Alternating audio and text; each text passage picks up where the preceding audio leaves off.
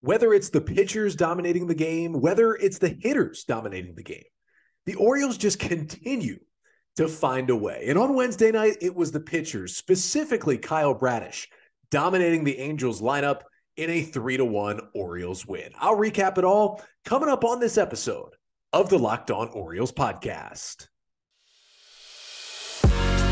You are Locked On Orioles, your daily Baltimore Orioles podcast. Part of the Locked On Podcast Network, your team every day.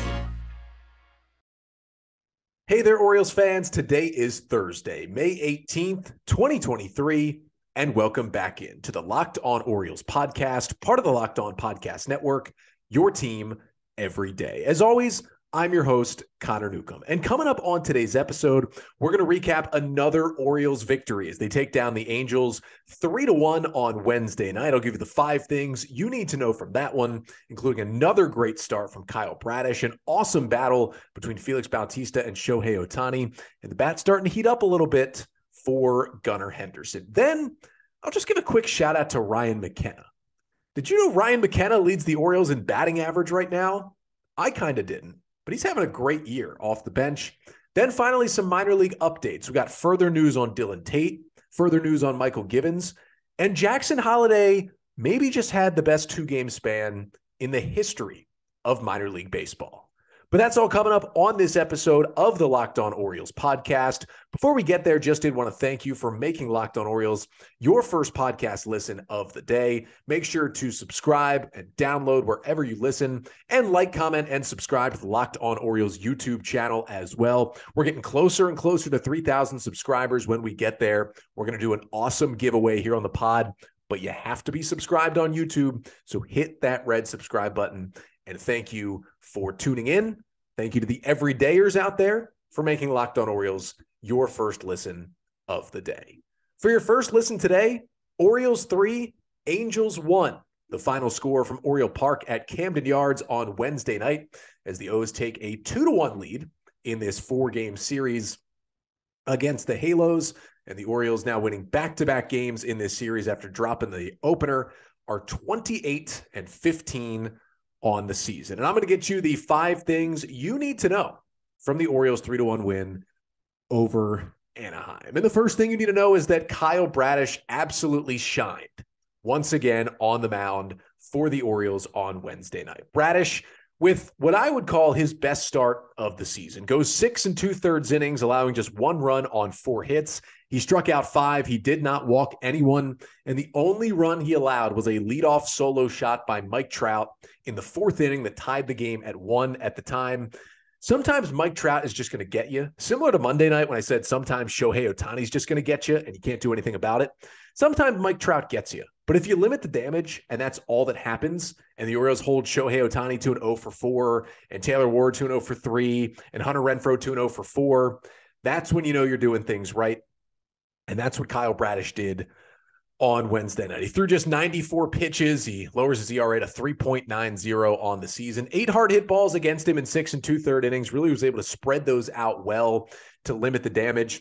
And once again, he was slider heavy. Now, it wasn't my favorite pitch mix from Kyle Bradish. He threw 94 pitches, and he was 4-seam and slider heavy. It was 35 sliders and 35 4-seamers. He basically went 1 and 2 with that pitch. But they were both effective enough to get the job done. On the slider, he got 7 of his 10 whiffs, and he got the other 3 on the 4-seam fastball. Then he dropped in 14 curves, 8 sinkers, just 2 changeups out of 94 pitches on the night. But the slider looked good. He got a good amount of his swinging strikeouts there. The fastball was over the plate. I think the thing that impressed me the most is he was getting the curveball in for a strike, which was really, really helpful. He threw 14 curveballs on the day, and 10 of those curveballs ended up in the strike zone. So he had really good command of the curveball. He could throw that for a get-me-over strike, and then he could throw the slider as the chase pitch. And that was a really good combo of breaking balls. Now, it's still too many 4-seam fastballs for my taste, and one of them was the one that Mike Trout hit over the wall. But You can't really complain too much when Bradish gets the result he does, 6 2/3 with 1 run. And it makes it back-to-back great starts for Bradish. After Friday night against the Pirates, 1 unearned run over 6 innings with 6 Ks and just 1 walk in that start. Now 0 walks in this one. I know everyone's fearfulness about Bradish is that, well, he loses command, he walks too many guys and gets himself in trouble with the fastball. Well, when you walk 1 batter over 12 2/3 innings across 2 starts, you're generally gonna have success. And that is exactly what happened for Kyle Bradish. Really strong 6 innings and came out after a bloop single. He really could have gotten through 7, gave up a 2-out bloop single with nobody on in the 7th. Brandon Hyde, I think, made the right move to go to the pen there and go to Danny Coulombe. But Bradish got an awesome standing ovation. The stuff looked really good. Very impressed by my guy, Kyle Bradish. If you've been listening to this podcast, you know I am all over Bradish. I think by the end of the year, he's going to be the Orioles' ace. Better than Grayson, and I think he's going to start opening day for the Orioles next year. That's how high I am on Kyle Bradish. He showed you why in Wednesday's start. Second thing you need to know from this one is that Gunnar Henderson picked up 2 hits for the O's in this one, which he hasn't really done too often this season. Henderson had a 2-for-4 in this game, had himself a triple in the 2nd inning, then followed up with a single later in the game. Did strike out once, and only one of his balls was hard hit, but he's got his average up to 195 and his OPS up to 718. I mean, that's playable. You know, he's still a league average to a little above league average hitter right now, despite hitting 195, because even though he didn't walk in this game, he continues to get on base. I mean, one of his outs was a line out. The other was a strikeout on a close 3-2 pitch that he took. He's still having good at-bats, making pretty good swing decisions. And it's just his 5th multi-hit game of the season for Gunnar Henderson. But he is now on a 5-game hit streak. Now, this is the first of the 5 games where he's had more than 1 hit. But on that 5-game hit streak, he's 6 for 18. That's a .333 batting average over that stretch. And he's striking out a little less in that stretch as well. Hopefully Henderson's starting to come around here right when the Orioles are picking up steam here in May. Speaking of hitting, the third thing you need to know from this one is that 8 of the 9 Orioles starters and 9 of the 10 Orioles who appeared in this game had a hit in this one. Cedric Mullins, a 1-for-3 with an RBI single and a walk. Adley Rutschman, a 1-for-4 with a double. Anthony Santander had a 2-for-4. Ryan Mountcastle with a 1-for-4, including an RBI single. I mentioned Gunnar Henderson. Austin Hayes had a 1-for-3, but had himself a solo home run in the 5th inning that he hit to the opposite field that extended the Orioles' lead to 3-1. He also had a walk in this game, also fouled a ball off himself, but luckily stayed in the game. Adam Frazier had a 1-for-3 with a single. Terrin Vavra had a 1-for-3 with a single, also stole his first base of the year, also scored a run. And even Ryan McKenna, who came in for a defensive replacement, had a 1-for-1 with a single in this game. The only guy who didn't get a hit was Joey Ortiz, who got the start at shortstop, batted 9th, went 0-for-4 with a strikeout. But Ortiz held his own at shortstop, made a great diving defensive play early in the game. So he did his work as well, and the Orioles offense up and down was contributing. However, the fourth thing you need to know from this one is that it felt like none of those hits came with runners in scoring position. Now, 2 of them did, the Mullins RBI single and the Mountcastle RBI single. But the Orioles were 2 for 11 with runners in scoring position. They got a leadoff triple from Gunnar Henderson in the 2nd, loaded the bases with nobody out, and then Terrin Vavra grounded into a just weird pitcher to catcher to first double play. They ended up not scoring. They had a couple of 2nd and 3rd chances, runner on 2nd chances, and only brought in the 3 runs. Now, the pitching was good enough to win the game.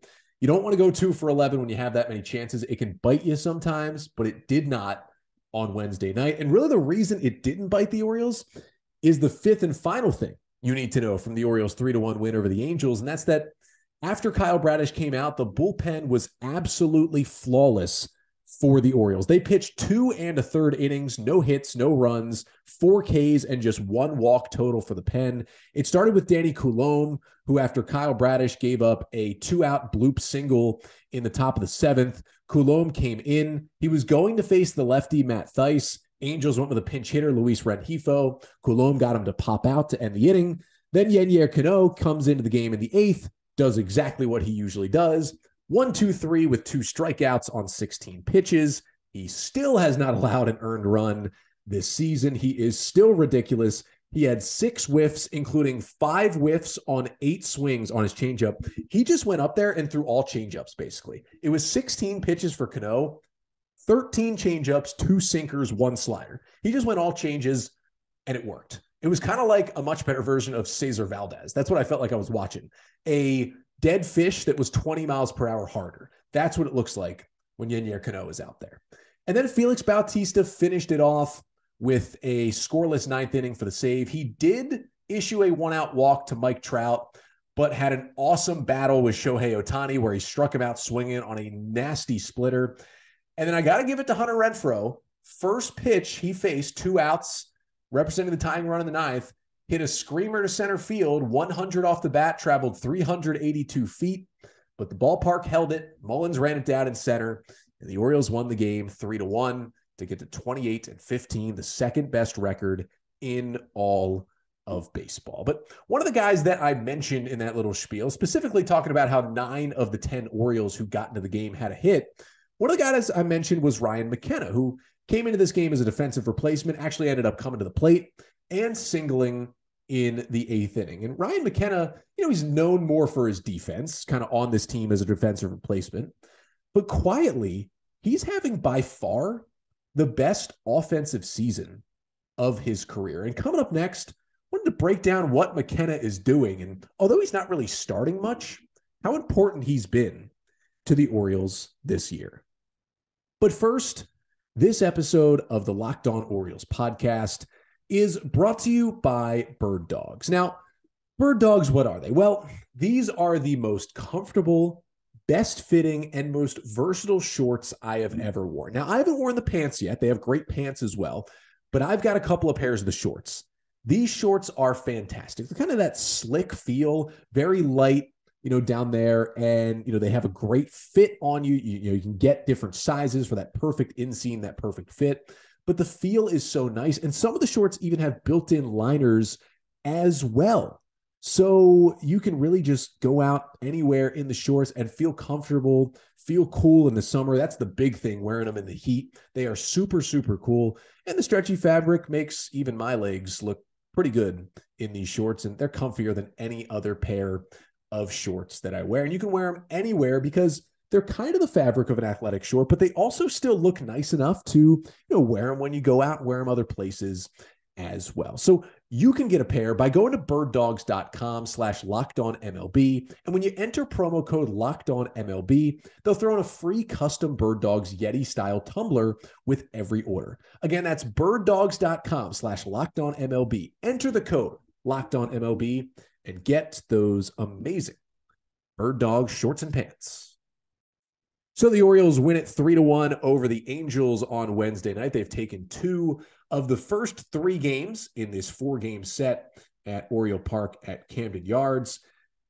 And it was fun to watch them on Wednesday night. Kind of win this game, pretty short game, pitching duel, and they win it. But one guy that may have gone under the radar for his performance in this game, mostly because he came into the game as a defensive replacement, was Ryan McKenna. And quite simply, that's been his aura, his role for most of this season, right? Like Ryan McKenna only has 46 plate appearances this year. That is really not that many when you think about it. But when you look at his stats overall, I mean, the dude's played in 30 plus games this year and only has 46 plate appearances. Like, he's appeared in almost every Orioles game. They played 43 games this year. He's appeared in almost all of them.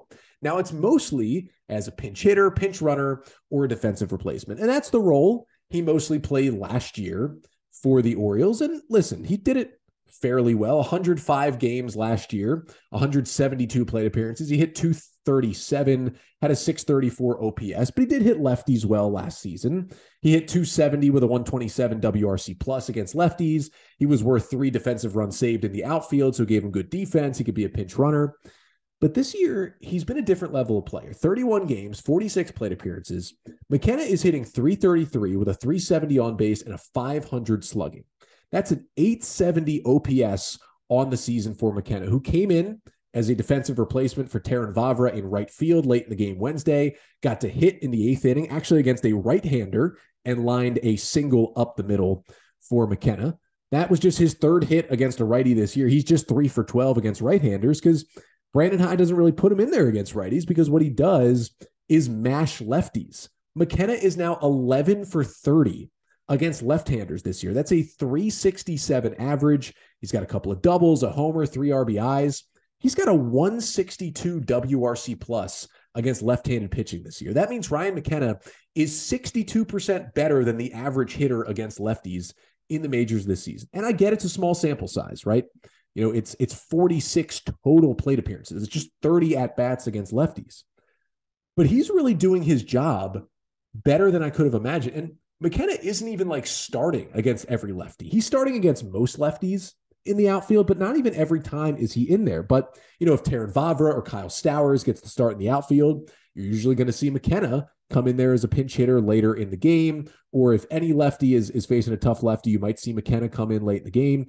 If not, he'll generally be a defensive replacement for either Santander or Vavra in right field. And then he might pinch run a couple of times as well if you need him late in a game. He's a very versatile player.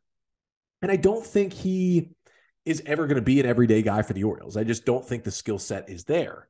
But when you're leading the Orioles in batting average at 333 and you're hitting 367 against lefties and you're playing good defense, I mean, despite having on paper the worst defensive play of the year and the lowest moment of the season for the Orioles, him dropping that fly ball in Fenway Park in the second game of the year, and the very next batter, Adam Duvall, hits a walk-off 2-run homer. Instead, the game would have been over and the Orioles would have been 2-0. I mean, they should be 29-14 right now. McKenna, it was a lazy fly ball, should have caught it, just didn't. And Orioles fans, including myself, completely turned on him in that moment because he hasn't exactly been great in his first 2 years in the big leagues before this. But since then, he's played good defense, he's run the bases well, and he's been a good hitter in small sample size. And really, Ryan McKenna right now is playing that perfect, basically 5th outfielder role. I would argue that there is no better 4th/5th outfielder in Major League Baseball right now than Ryan McKenna. And again, I don't think this means he's going to get everyday playing time because there's already outfielders here. You still got Colton Cowser and Kyle Stowers in AAA. You still got Heston Kjerstad in AA. You still got Judd Fabian and Dillon Beavers coming up behind that. I don't think he's ever going to be an everyday guy with the Orioles, but I also don't see the O's just cutting him loose at any point here because McKenna, just shout out to Ryan McKenna. I've been too harsh on him. He has been too valuable for the Orioles this year for them to let him go. And he's a guy who can really stick around for a while. We could see some more roster churn happening for the Orioles, and we could still see Ryan McKenna being there if he's going to be this productive. And it's not been a huge role because, again, it's 46 plate appearances, but it's been an important role. And I'd put him in the top half right now of most important Orioles players, maybe on this roster. He's been invaluable to this team, and I hope he keeps it up. Maybe he'll get some more plate appearances. You never know, but just wanted to shout out Ryan McKenna because he gets a lot of hate, but really besides the one play he made at Fenway, it's been a career year for McKenna here in 2023. But speaking of career years or career weeks or career 2 games, that's what Jackson Holliday is doing right now for the Aberdeen Ironbirds. Basically, high A pitchers cannot get Holliday out at the moment. They're trying and they're trying. Unfortunately for them, they are very much failing. So coming up next, going to get a little Orioles minor league update here to finish off the pod. We'll talk about Dylan Tate. We'll talk about Mychal Gibbons. We got some more information about them, but specifically, we're going to talk about Jackson Holliday and how crazy his first 2 games this week have been. But first, this episode of the Locked On Orioles podcast is also brought to you by Sorare. Sorare is a revolutionary fantasy baseball game and marketplace, transforming fans into owners with officially licensed digital cards featuring players from across all 30 MLB teams. But unlike other fantasy baseball platforms, Sorare managers truly own their fantasy experience. You can collect, buy, sell, and compete with player cards against global opponents. And win or lose, you still own your cards, and there's no cost to play. And there's game weeks that happen twice weekly. And if you're ranked near the top of the leaderboards, you can win a variety of great prizes like scarcity cards, game tickets, merchandise, signed jerseys, and even VIP experiences like meeting MLB stars. So head to sorare.com/lockedon. That's spelled SORARE.com to draft your team of free player cards, set your lineup, and start competing today to win epic rewards. Again, that's sorare.com/lockedon to start playing today. So as Ryan McKenna, Kyle Bradish, and the Orioles won it 3-1 over the Angels on Wednesday night, down in Winston-Salem, North Carolina, where the High A Aberdeen Ironbirds were taking on the Winston-Salem Dash. Jackson Holliday just continued to put on an absolute show. Now, we'll get to what he's doing in just a second, but first, wanted to give a couple more minor league updates for the Orioles. And we start with the two pitchers in AAA that are on rehab assignments that, frankly, we've been talking about a lot here. The first is Dillon Tate. Now, I talked about both of them on Wednesday's episode because they both pitched in a rehab outing in AAA Norfolk on Tuesday, and both did not look very good. Dillon Tate gave up 4 runs on 6 hits over a third of an inning. His velocity was down. The Orioles said Wednesday that they would give Tate at least one more rehab outing before making a decision. Again, the O's said before he went on rehab after the forearm and elbow injury, 5 to 6 rehab outings should be good enough. The next one will be 8 for Dillon Tate. And I don't think, especially from what happened on Tuesday, they have yet to see what they want to see out of him, anything close to the 2022 version of Dillon Tate, to get him back to the big league. So that's a little concerning. But maybe even more concerning is Mychal Gibbons, who the Orioles signed to a 1-year, $5 million deal this offseason. Hasn't pitched yet because of a knee injury. He's been on rehab. He made his first AAA rehab appearance on Tuesday night. Now, he retired all 5 batters he faced, but if you really watched it and looked at the data, it was a disaster. Gibbons was throwing 89 to 90 miles an hour. He was consistently 93, 94 last season. It was up to 96, 97 in his first stint with the Orioles a few years ago. So that's concerning. And the Orioles didn't say with Gibbons, oh, we want at least one more rehab appearance. The Orioles said Wednesday they're going to have Mychal Gibbons throw a bullpen session in a couple days. So not even another rehab outing for now. They're going to throw another bullpen session and then reevaluate him after that. That is not the language you want to hear about a veteran reliever that you're somewhat relying on. The fact that you are going to reevaluate him, whatever's happening, the knee or whatever, something is not right with Mychal Gibbons.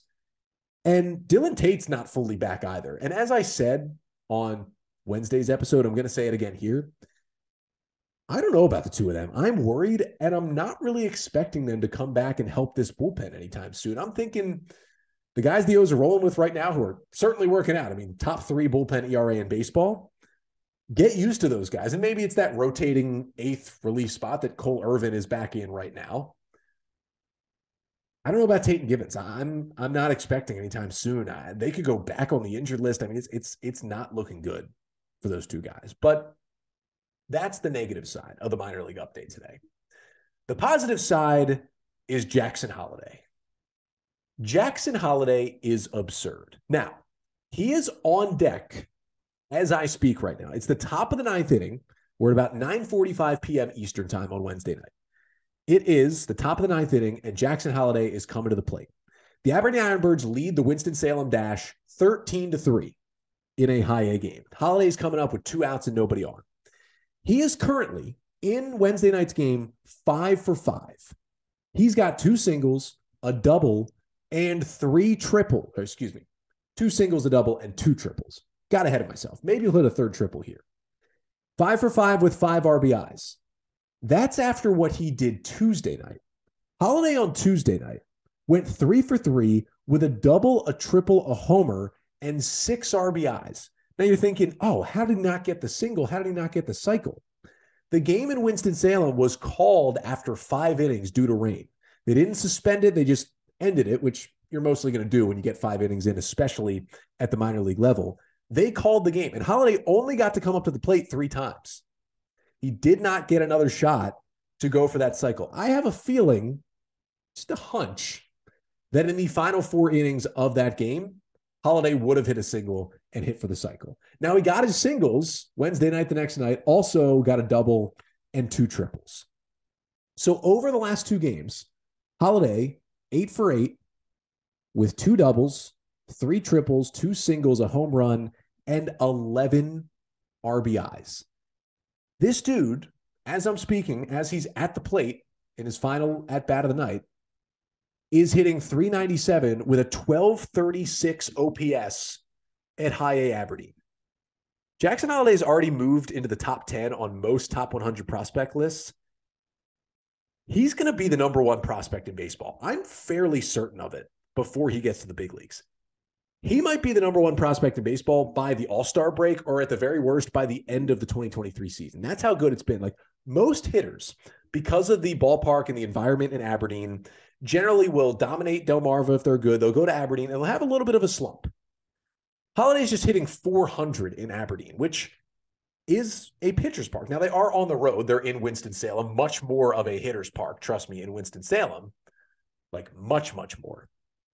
But still, this is absurdity. Like, he's 9 for his last 9. I'm looking down right now. He's in a 3-2 count against Ernesto Jaquez, a right-handed pitcher in the White Sox system in High A. He's in a 3-2 count. So just kind of waiting on what Holliday's going to do here. But he's not going to be in the big leagues this year, right? Like, there is literally no way that is going to happen. But 2024 for Jackson Holliday in the major leagues is not out of the question. Like, he could get there. That's how good this kid is. Now, unfortunately, Holliday has lined out to left field. So after 9 straight hits, Jackson Holliday has been retired. But it's an unbelievable stretch. He's unbelievable. He's going to get to Bowie this year, and I think he might dominate there too. And it just shows you the talent, the pipeline, it is still coming along for the Orioles. They've got good young players in the bigs, and there's more of them coming every single year down the line. That's what makes it even more fun here in Baltimore. But the Orioles today, well, they've got a day game, little matinee as they go for a series win, trying to get 3 out of 4 from the Angels. And it is a 12:35 p.m. Eastern time start. Tyler Wells, who was awesome in his last start, 7 scoreless innings against the Pirates on Saturday night. He will take the hill for the Orioles, and he will face off with Tyler Anderson, the left-hander who signed a 3-year deal with the Angels this offseason. The guy I wanted the Orioles to go after, the 33-year-old lefty, though, has struggled. 7 starts, has a 5.26 ERA, and just 25 strikeouts in 38 innings. However, he's pitched much better as of late. 6 innings, 3 runs, 6 hits in his last start against Cleveland, but only struck out 1 while walking 3.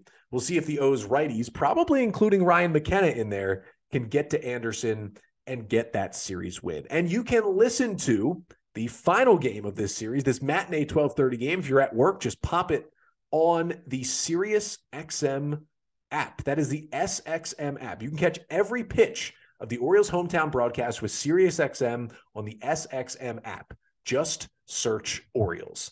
And then I'll be back with you tomorrow. One final episode of Friday Pod to finish out the week. We'll recap the Game 4 between the Orioles and the Angels. Maybe do a little bullpen reset about who I'm trusting in this pen, and then get you ready for a huge AL East showdown between the Orioles and the Blue Jays, who are a little mad about a lot of things right now. That is north of the border this weekend, and I'll preview that coming up on tomorrow's episode. But until then, I'm Connor Newcomb, and this has been the Locked On Orioles podcast, part of the Locked On Podcast Network. Your team every day.